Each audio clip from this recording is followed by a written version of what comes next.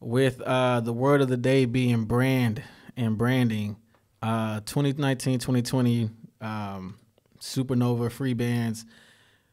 Have you ever considered signing as a producer, or did you always want to be independent and do your own thing and build yourself up? There was never really opportunity for me to sign with them, but I never really considered signing, you know what I'm saying, if they would have, because I didn't feel like me working with Nova was benefiting me. You know what I'm saying? Yeah. It wasn't me working with free bands that was benefiting me. Like, he just so happened to be a part of the system they had going on. Yeah. So me signing with free bands, it wasn't going to get me, like, too far. Yeah. Because it's all about relationships, right? Like, I got to have a relationship with Go-Op Tarantino. I have to have a relationship with a Future. I have to have a relationship with all these people on the label to, like, get opportunities.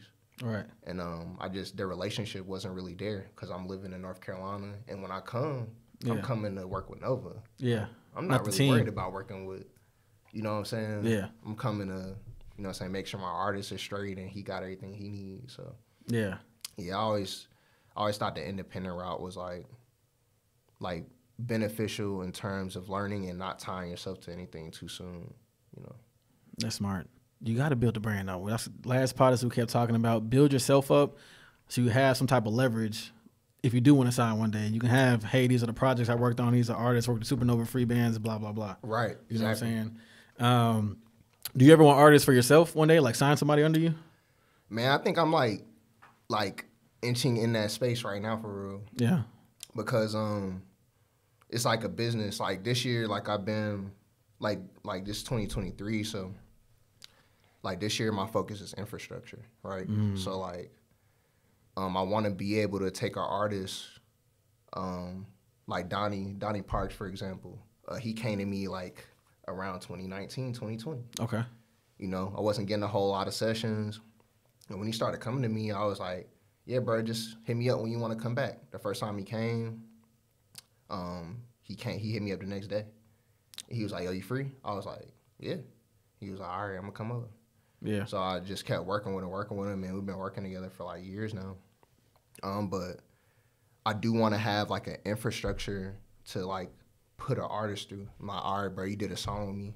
I have DJ Swale. We're going to send this record to Swale. We're going to send this record to DJ Midnight. We're going to send this record down to Florida to this DJ. We're going to send this record here. Yeah, push it out. Yeah, like, oh, we got a marketing department here. We're gonna push your record here. That's been like my big obsession, like opening this year. Like I sit around and think about that every day. So what's gonna happen then if that's the case? And that would be the first person you would sign if you had to sign somebody right now? Yeah, I would say Donnie. Yeah, Donnie would definitely be the first one. You know, we definitely have had conversations and we have an understanding with each other. And like he actually came to me one day. Like he was like, man, I want to talk to you about something. And I'm like, all right, cool. Like I'm like, I have no idea what this could possibly be about. But he's like, man, hey, I want all my music to come out under Prolific Productions, like, you know what I'm saying, until I, like, get my own, like, establish my own thing. Yeah.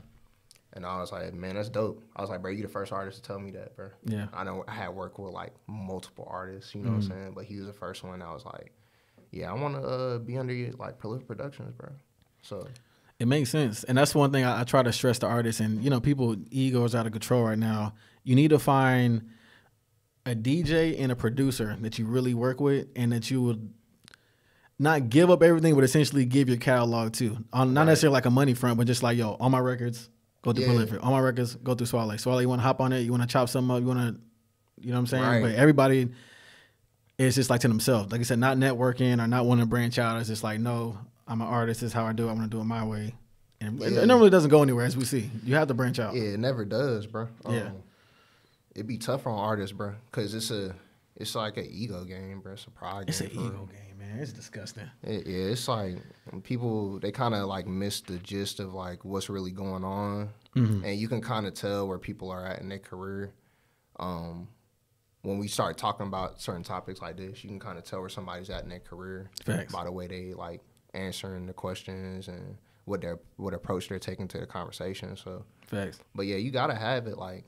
You need everybody you can get to. Everybody you can touch, you're going to need them at some point. Facts. And you have to have that perspective, and you got to be open to the idea of that for real. You got to be open. I think that's one of the things I want to transition to the album and the studio session too. One thing I tell artists, the beats I was sending out to artists, I was like, these beats are going to be different than what you normally used to, but just try. Trust me. You know what I'm saying? Like, you've been doing it your way, but let's try my way. Right. And that's kind of like how the relationships formed with some of the artists I had. And that's pretty much how her song started too, because it was kind of like Max and Kenzie and Blues and things like that. Send it to them. Their style is not her song at all. They have no her song in their catalog at all. But they tried, and you saw what happened. So like you said, you got to listen, man. You got to put the ego down. Not saying they had egos, but you got to, artists in general have to put the egos down and listen to other people who know what they're talking about in that space. When I started the album, you came to the listening session.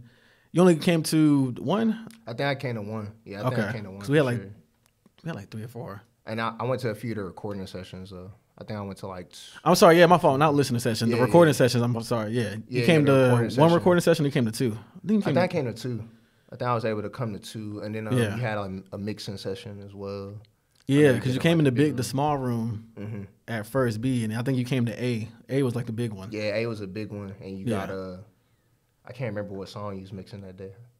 I don't think it was her song that day. It was some other songs on the album. If it was the big one, it was probably maybe YSL piece. Yeah, YSL. Because we were trying to chop the end up. YSL piece was definitely. I think it was one. I think he might have mixed. Did he mix 2 of them? I think he mixed 2 of them that day when I was there. Probably YSL piece. Because I remember you being like, "Yo, should I?" He was like, "You want me to mix this in the box or the console?" And he was like, "Bro, what you think?" Like, bro, use the console, bro. Yeah. I want to see, I ain't know none of that. I was like, hey, bro, use the console. It's going to be like a warmer feel and stuff. The song did come out good. Yeah, it came out great. What were your thoughts on the first session when everybody was in there the first time around? Man, it was a dope vibe, bro. That's what you did is hard to do. Like, that's not like that's not like an easy thing to do. And like, I don't know how much detail or like how much you did in terms of like you know, showing people that process. But like, man, I think the first session you had like 6 or 7 artists in there, bro. Deep. Like deep. And that's like, that's not easy, bro. So off rip, like I was like, yeah, I respect this guy. Like, I respect what's going on. And, her song got recorded that day. I remember that session. Like, I remember her song being recorded, and everybody was like, "Yo, this is gonna be crazy." Yeah. But yeah, like it was just a dope vibe, and I was kind of able to sit back and just enjoy it for real. I didn't have to do too much. Facts. I was able to connect with some of the artists I was in there. I connected with Chris, who was the engineer. Chris is next level. I think Chris ended up playing some music later that night. Like, he's worked on with his artists, so it was just a dope vibe. That was my first. That was my first time over there too. Actually, Yeah. It's a great vibe over there, man. And it's not easy. None of that was easy. How we were talking about earlier, as far as like getting y'all's schedule for the podcast, I had to do 7 schedules. Yeah, and I had to push that motherfucker out. I was like, yo, in 3 months, what are you doing on this day? And there was always somebody, in 3 months, you might be doing something. How? Right. Come on, what are you talking about? You ain't thought about that day yet. It's crazy. So it was tough. I think it was a good experience, though. I was thinking about, I don't know about, maybe this year, it's early. I want to have more of those. Just have like maybe like 5 to 10 beats, send them out to artists, and be like, yo, in a month, everybody just come up and kind of record. Yeah. So I think it was a dope process. 'Cause outside of, I think everybody that recorded something that day made the album. There was a couple of verses that had to get changed, but essentially everybody made it, which is rare. Right. And you know what was dope too? Like, I don't know how familiar those artists were with one another, but you like made them work together. And I think artists underestimate the power of working with other artists for real. Yeah. Like, that's powerful because not only, you know what I'm saying, are you building your network, but like you're getting other perspectives like on one record. Yeah. So like you might get stuck on a line and you got 6 other people in the room that can help you. You know what I'm saying? Like, yeah, you're a writer. You know what I'm saying? If you're an artist, bro, you making your own music, like you're a writer too. Facts. I don't know, were you in there when that happened with her song? Because Max only wrote that 4 bar Freaky Little, Kinky Little, and he was just like, that's all I got. What else should I say? And then Chris was like, that's it. We'll just loop it. Right. And we're like, oh yeah. Yeah, we can just loop it. and we just looped it. Right, bro. Genius. Like that perspective be everything. Yeah. I think I think artists should like get into that more for real, and kind of drop their pride. I tell them that that's the main thing. That's probably my number one thing I preach to artists. Like, y'all gotta work together. Like, there's no way y'all do all these showcases together. Y'all always on Instagram Live. You're always in each other's stuff. Why y'all not making music? What the fuck what are y'all doing? Why y'all recording separately all the time? Like, people be trying to keep their sound. I don't know. This is what I'm guessing. Okay. People be trying to keep their sounds like, I guess, one in its own, but you're not. You know what I'm saying? You're not infringing on that by working with other people. You're not. You're really adding to it. You know what I'm saying? Because that like perspective, bro. When you writing a song, yeah. I had a session the other day. It was like 3 of us in there, and it was for one dude. You know what I'm saying? We all helping him write this one song, and had everybody not been in the room, that process for him probably would have been 10 times harder. That's facts.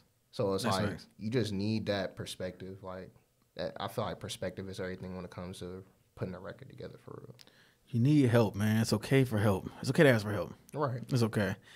So with that, kind of what you touched on, working with other artists, being around other artists, other writers, whatever the case is, it kind of helps you pretty much to be a better artist, find your sound, become a better writer. How did you find your sound as far as producing goes? Were there other producers that you tried to emulate at first, or you were always prolific from the beginning? Yeah. So when I started making beats, I was kind of like into I'm not sure what type of production sparked like what I do. Because I was just a music lover. I grew up making music. I grew up in the orchestra and stuff. So I saw that you did. You was violin. You didn't play the violin. I played the viola. And then you was in the choir boy. Yeah. Yeah. I was in the choir at church and stuff. So yeah. I kind of had a perspective on music. Yeah. But I can't name you like what song or what moment kind of sparked me into producing. I think what got me into producing was like realizing I only played football in college. You know what I'm saying? So I'm like, man, I need to do something else. And I like music. I was like, let me try to like make beats. What year was this? This is like 2014, 2015. Okay, still in school. Yeah, so I'm in school around this time, and we had a dude on our team named Hands, and he was just rapping. He would rap. And I was like, man, I'll make your beats, bro. And it kind of started out as a joke for real. Yeah. Like, I was just playing around with him because he played my same position. He was the starter, though. So I was like, man, I'll make your beats. Like, I'm going to just make some beats for you. And it kind of just turned into that. So my sound has always kind of been like this atmospheric, spacey type of feel, I guess. But I think the key word of my production is feeling. Like, I always just wanted it to feel like move you emotionally in some type of way. Yeah. And it's kind of just evolved over the years. And like I play around with different genres, but it's always the same basis. It's like that melody, bro. Yeah. The melody gotta be solid. If the melody ain't solid, then you gotta have a solid melody. I don't want to make the beat. Maybe I need to listen to more of your beats, but for me, it's either you don't have a sound or you can do everything. Because to me, you can do everything. Yeah. That's what I'm saying. Like I can do a little bit of everything. That's why I was just like, I don't know what his sound is, because like I'm like, do this, you do this. You got Jack over here. Jack is a whole nother type of genre, supernova R&B. So it's like you do everything. That's why I was just like, this whatever you want. He's like a one-stop shop. Yeah, and Donnie's tape is crazy. What kind of artist is he? I don't think I've heard any of his stuff yet. Donnie's like a I've heard people like compare his sound to like Cudi. Okay. He's singing? Not like singing, but like harmonizing? Yeah. Definitely raps. You know what I'm saying? He'll throw bars at you and stuff too, but he just has like this certain type of sonic and texture that just feels like alternative in a sense. And like his album sounds totally different. I think his album for real is like me in my original form when I started producing, but like years advance. Better, yeah. I think that's like the best way for me to describe like the sound of his album, and like in combination with him as an artist for real. Yeah. So that's gonna be like a totally different vibe too. But it all like I feel like the basis is just feeling. You know what I'm saying? It's never like the genre or anything like that. It's just feeling. His album comes out this month? Yeah, his album comes out on the 27th. I'm gonna check that out. 27th January. So yeah, definitely peep it out. I'll probably send it to you early. Yeah, You know Let me know. You can check it out. Bring him up. He's in Charlotte. Where is he? Yeah, he's in Charlotte. Okay. He's out here in Charlotte. Born in Memphis, raised in Charlotte. So he's been out here pretty much his whole life. Okay. Yeah, send me your stuff. Send me his Instagram and all that and shit later. Who is your? You said you started kind of late in college. Who's your top 5? We can do top 3, top 5 producers that you look up to or you like. Whatever's easier. Let's see. I'm gonna throw Hitmaker in there. I think Hitmaker's doing some great stuff. Mm-hmm. I'm gonna throw Pharrell. Gonna throw Pharrell in there. Okay. Gonna throw Timbaland in there. I'm gonna stop you right there. You like Pharrell's recent stuff that he's been coming out in the last year? It's different, man. Yeah. I wasn't a big fan of one of the singles. I think the one he did with 21, the Cash Out joint. This was terrible. Yeah, I wasn't a super big fan of it, but I just respect Pharrell. And Pharrell's the type of guy that's like, he's putting stuff out with intention. Mm-hmm. So he's trying to push something that we don't know yet. You know what I'm saying? Sometimes. That particular song, I hope so. I don't know. You know I think, but that's the thing, though. I get that 100%. But for me, when I see Pharrell, for a while, maybe up until like the last 3-4 years, he hasn't changed the sound, and it worked. So why now? And that's why I'm concerned, because it's like you can still do the whole boo. It worked every time. Yeah. Well, I think the thing with Pharrell, where he's always gonna win, is his level of respect for real. Yeah, we're talking overall for sure. Yeah, overall you can't. He's top 5 for sure. But it was just like these last couple years, I'm just like, it's like the fact that he got 21 on that song, bro. Yeah. Like I'm sure in 21's mind when he heard that beat, bro, he did not get excited. You know what I'm saying? You can't say no. He was like, nigga, this is Pharrell. Yeah. You know what I'm saying? So it's like, I respect that aspect of it, and like just Brandon. That's fair. Yeah, not a big fan of that song. Nah, I'm with you. Okay, so Hitmaker, Pharrell, Timbaland. Yeah. Who else I want to throw in there? I'm thinking of these producers that they were a group. Jimmy Jazz and Terry Lewis. That's Terry Lewis. Do I know Jimmy him? Jazz and Terry Lewis, bro. They made a lot of hits like in the 80s and 90s and stuff. Okay. A lot of R&B based stuff. Okay. Definitely look them up. You're going to be like, oh, snap. You're going to be like, oh, they produced this. Oh, they produced that. Like, I'll throw them in there. Mm-hmm. And then, who can I name last? If I had to name one, since he's in my mind, I'd say Southside for real. Yeah. Yeah. Like, Southside just like, and like a lot of these producers that I'm naming have like built these like super big brands and like production companies. Facts. And, Jimmy Jazz and Terry Lewis, they were kind of like their own thing, but all those other producers I named, they kind of like have like a big brand behind them for real. That's I'm facts. a big fan of that. Bigger than artists most of the time.